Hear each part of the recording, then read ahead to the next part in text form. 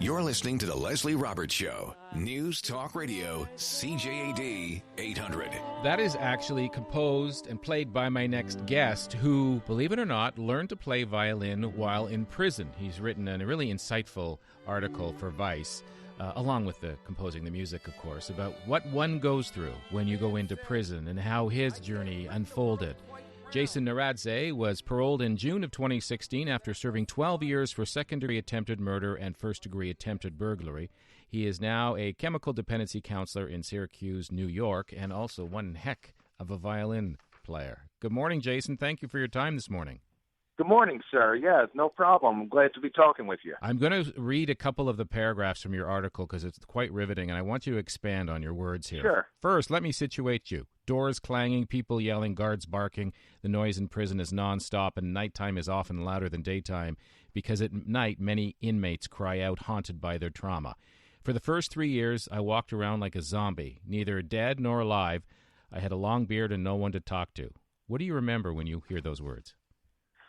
That was a very dark time. It was lonely.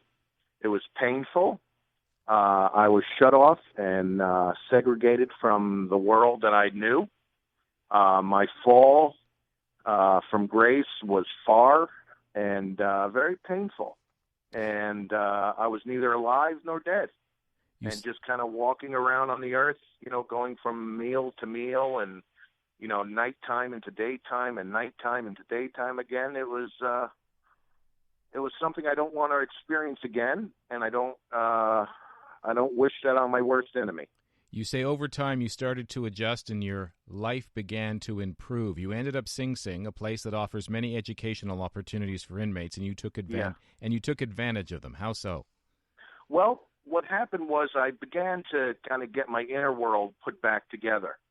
And in that process, through the chapel at Sing Sing, at Eastern Correctional Facility, which is a honors jail here in New York State, through the chapel, the Protestant chapel there, I began to make some connections with friends.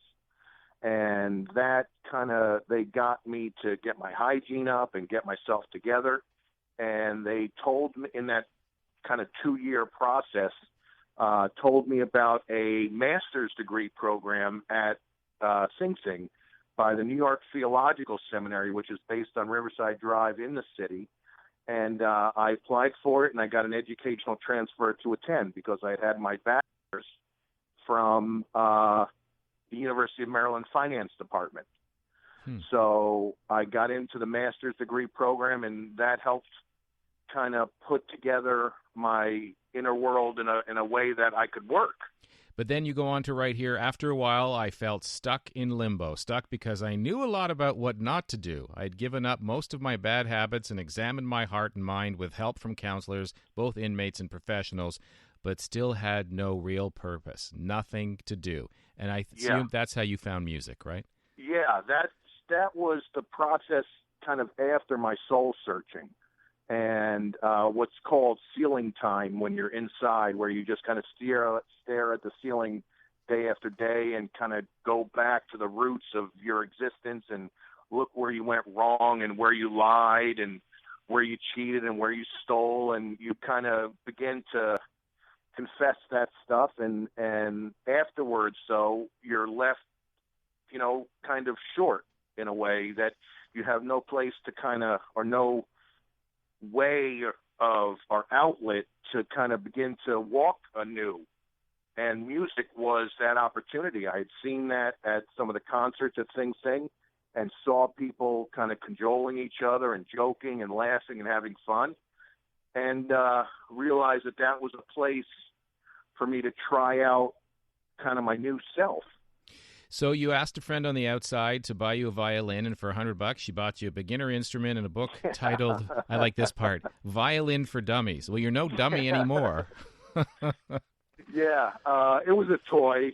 I mean, it's much different than the Yamaha one I have now, but it was a toy of a violin, and it came with everything. The rosin, the bow, the strings. It was a little kit from some circular she had gotten, but I began to play, and Violin for Dummies got me through the strings, which string is which, and some of the notes, and I put the little tabs on the fret so I could find my notes, and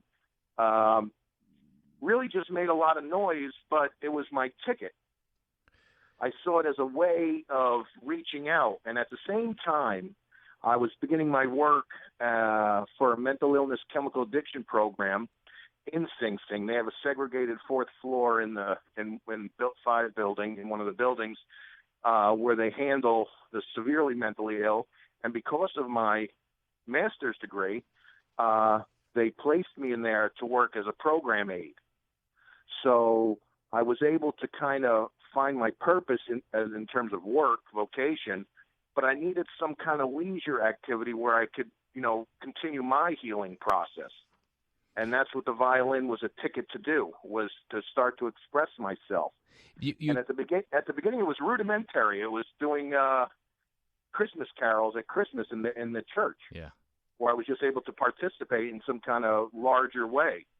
We've only got a couple minutes left, and Sure. I got to talk about, I guess it would be a breakthrough moment for you, thanks to the violin, where you had to eulogize your father, who passed away at the age of 95, and you and you had no idea, I assume, when you sat down, what that piece of music how it would affect you. No, I was completely naive to where that would take me and what that would grow into and what that would become and what it would feel like to hear Joyce DiDonato close with Goodbye Dad in this very ethereal, angelic voice. And all my angst and all my hardship and all my struggle and consternation about not being there with my dad kind of just went out into the airwaves as she sung it. And it was beyond crying. It was soul felt and cathartic and just all of that. And it was a real healing process. And I had no idea it would go there. We should all be so lucky to have those moments where we heal, huh? Yes, I was very fortunate. I'm blessed to this day for that. Absolutely. Well, it was a great read. I learned to play violin in prison. You can find it, of course, on Vice, and it's quite a story. Jason Naradze, as I said, out of prison. He is currently a chemical dependency counselor in Syracuse, New York, helping others now. Yes. Appreciate it. Thank you, Jason. Giving back a little bit to what was given to me. Giving back a lot. Thank you, Jason. Appreciate your time. Thank you, sir.